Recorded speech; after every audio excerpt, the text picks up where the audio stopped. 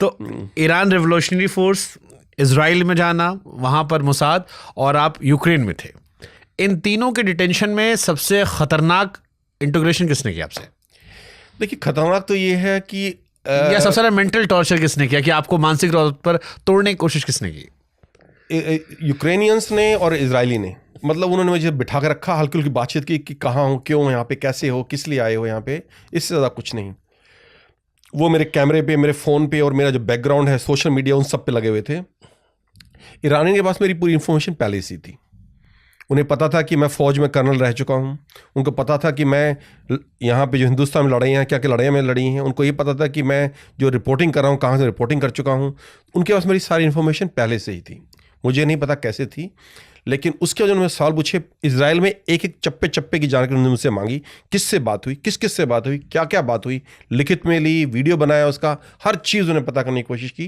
क्योंकि जो एक लेवल ऑफ सस्पिशन है ना, और वो नॉर्मल भी है, मैं I want blame Iranians for that, it's normal, कि जब आप ईरान में, इजराइल में 3 महीने रह के आए हैं, आपके IDF में दोस्त हैं, वहाँ पे उन्होंने आपने रिपोर्टिंग की है, तो एक डर रहता है। और ईरानियंस खासकर जो भुगत चुके हैं कई बार, कि कहीं स्पाई तो नहीं है। हाँ, मतलब उनकी तो शायद फौज में भी शामिल करवा दिया था इजराइलियों ने जी, उनके सारे साइंटिस्ट को मार डाला है जी। मोसाद का बहुत बड़ा नेटवर्क है ईरान में, और ईरान बहुत कोशिश कर रहा है किसी तरह से उसको ख़त्म करने की, और इसीलिए वो इतने ज़्यादा कॉशियस हैं। किसी ने इन तीनों में से, मतलब यूक्रेन, इजराइल और ईरान, किसी ने आपको ऑफर दिया कि डबल एजेंट बन जाओ, क्योंकि तुम्हारा आर्मी बैकग्राउंड है, तुम तो हमारे लिए स्पाई बन सकते हो? ईरान ने बोला ना, बताया ना, मैं ईरान में गया तो उन्होंने जब मुझे सिर्फ इसी शर्त पे, मैंने बोला कोऑपरेट करूंगा, वो सोचे कोऑपरेट करना मतलब है कि मैं उनका एजेंट बन के इजराइल दोबारा जाऊंगा। इसीलिए उन्होंने मुझे वहाँ से रिपोर्ट करना दिया। मैंने बोला इतनी दूर से मुझे एक बार रिपोर्ट करने दीजिए, and then I will cooperate with you. तो they allowed me to report with the Tehran airport in background, everything inside. सिर्फ लगा कि शायद मैं तैयार हो जाऊंगा। और जब आप सोए नहीं हैं 2 रात से, कुछ खाया नहीं है, लगातार आपसे क्वेश्चनिंग चल रही है, तो मेंटली आपके ऊपर बहुत ज़्यादा प्रेशर होता है। तो खिलाते पिलाते भी नहीं है? नहीं, लास्ट में खिलाया पिलाया। मैंने बोला वेजिटेरियन। पहले 20-30 घंटे रोक के रखा? पहले 20-30 घंटे उनकी कोई मंशा नहीं थी रोकने की। जब उनके सीनियर ऑफिसर्स काफ़ी आए, और जब इधर से एम्बेसी वगैरह से फ़ोन आने शुरू हुए, तब उन्हें लगा कि शायद ये गलत बंदा है, इसको हमें जा देना चाहिए। कहीं डर लगा? डर कभी नहीं लगा, डर लगना ही बंद हो गया है। घर परिवार में उनको जब बताऊंगा तो पता लगेगा ना, बताता ही नहीं मैं सब चीज़ें। सिर्फ एक बार, जो आपको याद है, जब मैं बूचा में ही था, मेरे पास 2-3 बम फटे थे बिल्कुल नज़दीक, याद है मुझे, यूक्रेन में। तो जब वो बम फटे, वो बिल्कुल नेचुरल रिएक्शन थी, मैंने एकदम कैमरा निकाल के ऑन कर दिया, और मैं गिरे। वो पुराना फौजी हूँ, तो by reaction I went down the ground, movement I heard the noise. उनके फौजी से पहले मैं ग्राउंड पे था, क्योंकि धमाका मतलब है कि you have to go on ground if you want to safe. तो इंस्टिंक्ट से चला गया। तो आंखें, my mother said this thing, तेरी आंखें फटी हुई लग रही थी, बिल्कुल फट गई थी आंखें, ऐसा लग रहा था कि बहुत ज़्यादा डर गया है। मैंने कहा डर तो मुझे नहीं लगा। कहते नहीं, ऐसा काम दोबारा नहीं करना, क्योंकि they could see it on TV live. Otherwise I don't tell anything to my family कि मैं कहाँ जा रहा हूँ, क्या कर रहा हूँ। बट किसी ने कहा आपसे कि आप एक कद काठी, आपका जो स्टाइल है, बात करने का तरीका, उससे आप पत्रकार कम जासूस लग सकते हो, कि आप पोस्ट रिटायरमेंट के काम किए? बहुत। मुझे ये चीज़ एक नहीं, सैकड़ों लोग बोल चुके हैं, हिंदुस्तानी और फिरंगी सब, कि आप जो हैं are you spy? I say why do you think like this, you look like one. मैंने कहा ऐसा चेहरे में क्या है कि मैं स्पाई लगता हूँ, लेकिन बहुत लोग मुझे ये चीज़ बोल चुके हैं। भारतीय फौज में कैसा आपका अनुभव रहा? बहुत ही शानदार अनुभव रहा। मतलब ऐसा ऑर्गेनाइजेशन जो है दुनिया में कोई एग्जिस्ट करता ही नहीं। मैं तो मानता हूँ जो मैंने समय गुजारा हिंदुस्तानी फौज के अंदर, ऐसा समय, वो that was the best part of my life. और जब आप दुनिया भर में, कि आप 100 देशों में आप गए, आप अलग अलग दिखते हो, अभी आप रिपोर्टिंग कर रहे हो, 3 देशों की आपको एजेंसी ने डिटेन किया। भारतीय फौज क्या उसी लेवल पर है जहां विश्व की बाकी फौजें हैं, या अभी हमें कुछ कमियां हैं? देखिए, ये बहुत एक बड़ा सवाल है, इससे कई लेवल्स हैं। लेकिन सबसे पहले मैं अच्छी चीज़ बोलूँगा जो हमारी फ़ौज की बिल्कुल स्टैंड आउट करती है, वो है हमारे जवान। देखिए, मैं राजपूताना राइफल्स में नौकरी की है, मेरी पेरेंट यूनिट 19 राजरिफ थी।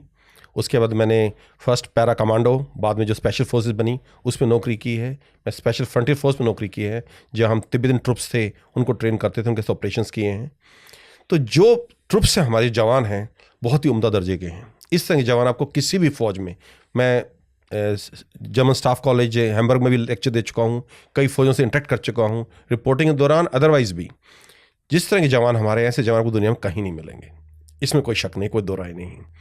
ना दूसरी चीज़ जो आती है वो आती है आपकी लीडरशिप, चाहे वो ऑफिसर्स हों और फिर टेक्नोलॉजी। इसमें मुझे लगता है कहीं ना कहीं हमें सुधार की ज़रूरत है, गुंजाइश है, और अगर हम ये चीज़ में थोड़ा सुधार ला सकते हैं तो Indian army will be unbeatable in the world. जैसे मैं करगिल गया था 20 साल होने पर वॉर मेमोरियल देखने और बहुत सारी घटनाओं को वहाँ पर दोबारा कवर करने। इंडियन आर्मी के डिप्टी चीफ भी उस वक्त मेरे साथ गए थे। अभी उत्तराखंड के वो राज्यपाल हैं, लेफ्टिनेंट जनरल गुरमीत जी। तो जब फौजियों से मैंने इंटरेक्ट किया और हम टाइगर हिल के पास है, तो उन्होंने मुझसे कहा कि सर ये जंग जो हमने जीती थी ये सिर्फ हमारे जवानों के हौसले से जीती थी, वरना कमियां बहुत सारी थी उस जंग में, क्योंकि आप भी करगिल तक गए थे, ऑलमोस्ट गए थे, लड़े नहीं थे लेकिन आप गए थे। ये 20 साल बाद वहां के एक जवान ने कहा कि बहुत सारी कमियां थी, हम सिर्फ इसलिए जीत गए क्योंकि हमारे जवानों को एहसास था कि ये कितना कीमती, इसका इम्पैक्ट कितना बड़ा होगा, इसलिए जान हाथ में लेकर हम गए, लड़े भिड़े, शहीद हुए और आज देश को सुरक्षित कर दिया है। अब मैं फिर पूछ रहा हूं ये सवाल कि जवानों के हौसले का जिक्र क्योंकि आपने भी किया, क्या कमियां हैं इंडियन आर्मी में? क्योंकि जवान के हौसले पर कोई क्वेश्चन नहीं कर रहा, of the record, on the record भी। बाकी क्या चीजें जहां हम बेहतर कर सकते हैं? देखिए, सबके अपने अपने व्यूज़ हैं। मेरा मानना है कहीं ना कहीं जो हमारी बेसिक फौज है जो लड़ाई लड़ती है, हर फौज लड़ाई लड़ती है, एयरफोर्स, नेवी, आर्मी के अंदर आर्मर्ड, आर्टिलरी, इन्फेंट्री, सब लड़ाई लड़ती हैं, अपना काम करती हैं और अच्छा काम भी कर रही हैं। लेकिन जो रीढ़ की हड्डी है वो है इन्फेंट्री।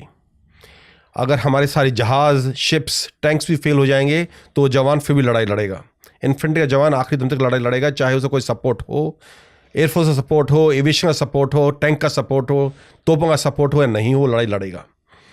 उसमें कहीं ना कहीं मुझे लगता है कि इन्फेंट्री में जो हमारी ट्रेनिंग है उसमें कहीं ना कहीं कुछ कमी आ रही है। जैसे देखिए, जो चीज़ मुझे बहुत डिस्टर्ब करती है, आप पिछले 10 साल के जितने एनकाउंटर्स हुए हैं कश्मीर में, उनको उठा के देखिए। हर एनकाउंटर में अगर हमने 2 उग्रवादियों को मारा है तो हमारे 2 जवान भी मारे गए हैं, कई बार ज़्यादा मारे गए हैं।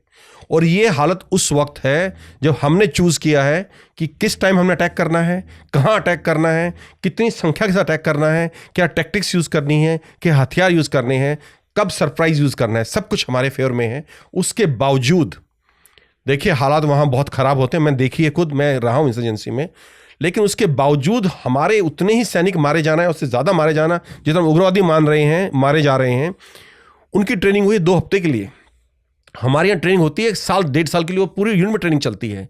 तो कहीं ना कहीं उस ट्रेनिंग में खामी है, कहीं ना कहीं वो ट्रेनिंग सीरियसली नहीं की जा रही है, कहीं ना कहीं चाहे वो लोअर लेवल हो चाहे हायर लेवल हो, जो प्रायोरिटीज़ दी जा रही हैं। देखिए, मैं एक और बहुत थोड़ी चीज़ होती है जिसमें 90% अफसर जो हैं फौज के, मेरे इस चीज़ को मेरे खिलाफ हो जाए इस चीज़ को सुन के, लेकिन जो एक सहायकी सिस्टम है फौज के अंदर, ऑर्डरली सिस्टम है कि आप एक जवान को नौकर कहना तो गलत होगा, एक सहायक बोलते हैं उसको, कि आपकी हर चीज़ में, लेकिन वो आपके हर चीज़ कर रहे हैं जो एक नौकर करते हैं घर में। देखिए, हमारे जवान क्यों इतने सक्सेसफुल हुए ब्रिटिश इंडिया के अंदर, क्योंकि जवान के अंदर एक वो गौरव है कि मैं सैनिक हूँ। लेकिन जब उससे आप ऐसे काम करा रहे हैं जो एक सैनिक को नहीं करने चाहिए और उसको एक फौजी वो जामा पहना देते हैं, तो कहीं ना कहीं जो ये हादसे हो रहे हैं, मैं उसको भी एक तरह से उसके लिए जिम्मेदार मानूंगा। दूसरा, जहाँ आप किसी भी ट्रेनिंग सेंटर चाहिए, ये नहीं कि मैंने फौज छोड़े मुझे इतने साल हो गए हैं, मैं हिंदुस्तान आर्मी के लगातार टच में रहता हूँ, जवानों से बात करता हूँ, जैसा मैंने बोला पत्रकार बन गया हूँ ना अभी, तो हर चीज़ पता करता हूँ क्या हो रहा है, कैसे हो रहा है, क्या बदलाव आ रहे हैं। तो ये जो है जहाँ ट्रेनिंग होनी चाहिए ट्रेनिंग सेंटर्स के अंदर, कुछ जगह हो रही है, कुछ अच्छे कमांडेंट्स आते हैं कराते हैं, लेकिन ज़्यादातर हर जगह सहायक बांट रखे हैं आपने। जहाँ भी उस कमांडेंट को, उनके कर्नल साहब को अगर कोई फेवर चाहिए फौज के अंदर, वहाँ एक सहायक दे देता है वो। और सहायक कौन चाहते हैं? ज़्यादातर इन्फेंट्री के जवान वही राजपूत, जाट, सिख, गुरखे जो लड़ने हुए लोग हैं, उनको अगर आप ये काम कराएंगे तो फिर कहीं ना कहीं हमारी ट्रेनिंग, उनका जो मोटिवेशन लेवल है और जो रिजल्ट हमें देखने को मिल रहे हैं वो सामने आएंगे। मेरे को आपकी बात सुन के एक फौजी की बात याद आई, क्योंकि एक चैनल में कई सारे फौजी हमारे साथ थे, तो मैंने उनसे पूछा था कि कैसे पता करें कि जो आतंकवादी है वो कश्मीरी है या पाकिस्तान से आया है। तो उन्होंने एक बड़ा छोटा उदाहरण दिया था मुझे कि अगर शहादत उनकी ज़्यादा होती है कि 4 आतंकवादी, आप खबर पढ़ते हैं कि 4 आतंकवादी मारे गए और कोई जवान शहीद नहीं हुआ या 1 जवान शहीद हुआ, तो समझ लेना वो कश्मीर का था, क्योंकि वो उतने ट्रेंड नहीं होते हैं, नए होते हैं, सिर्फ जोश में आगे भेज दिया गया। लेकिन अगर ये उल्टा सुनाई पड़े कि 2 आतंकवादी मारे गए, 4 हमारे भी जवान शहीद हुए, तो समझ लेना वो सरहद पार से आया था, क्योंकि वो बहुत ट्रेंड होके आया था, मुश्किलों से आया था। तो मेरे जहन में हमेशा सवाल चलता था